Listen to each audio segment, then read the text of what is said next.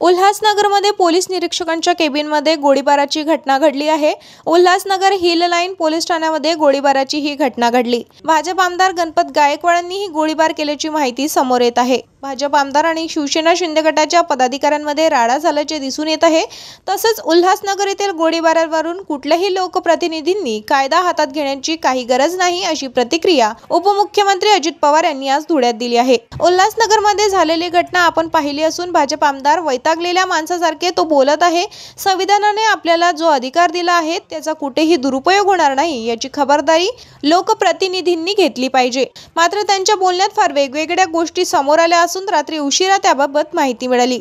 वास्तविक कुणीही अशा पद्धतीने कायदा हातात घेण्याचा प्रयत्न करू नये असे आवाहन उपमुख्यमंत्री अजित पवार यांनी केले आहे।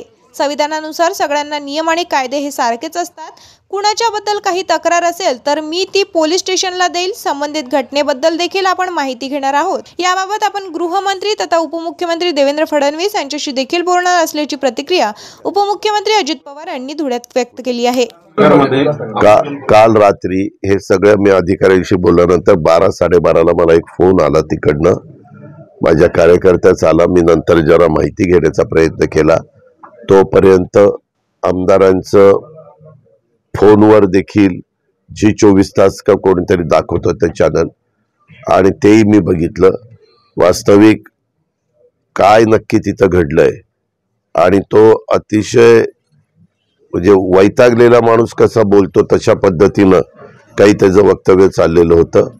वास्तविक सत्ताधारी असो विरोधक असो कुणीही लोकप्रतिनिधींनी जे संविधानाने आपल्याला अधिकार दिलेला आहे, कायद्याने घटनेचं राज्य असतं, त्याचा कुठेही दुरुपयोग होणार नाही याबद्दलची खबरदारी सरकार म्हणून राज्यकर्ते घेत असतात। त्यावेळेस सरकारमधल्या प्रत्येक आमदारांनी संबंधितांनी हे व्यवस्थितपणेच वागलं गेलं पाहिजे। परंतु त्याच्या बोलण्यात फार वेगवेगळ्या गोष्टी आल्यात। त्या रात्री उशिरा मला त्या समजल्यात आणि सकाळी तुमच्या समोर आलं।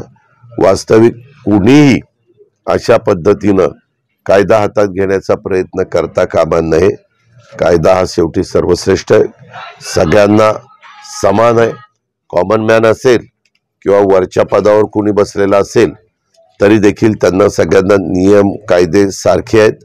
वास्तविक कुणाच्या बद्दल कुणाची माझी तक्रार असेल तर मी पोलीस स्टेशनला तक्रार केली पाहिजे, रीतसर नोंद त्या ठिकाणी केली पाहिजे आणि पोलीस स्टेशनच्याच आवारामध्ये हे सगळं घडलेलं आहे असं प्राथमिक माहिती मला मिळालेली आहे। मी अजून आज सकाळी पण 1-2 फोन लावले होते पण ते अवेलेबल संबंधित मला अवेलेबल झाले नाही।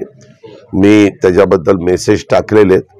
मला ज्यावेळेस तिकडनं अधिकची माहिती मिळेल त्यावेळेस मी रात्री म्हणजे देवेंद्र फडणवीस राज्याचे उपमुख्यमंत्री आणि गृहमंत्री त्यांच्याशी पण बोलणार आहे।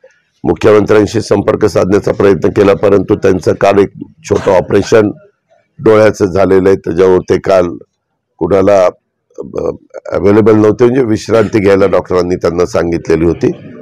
पण आज देवेंद्रजींशी आणि बाकीच्यांशी बोलून नक्की काय झालंय, एवढ्या टोकाचे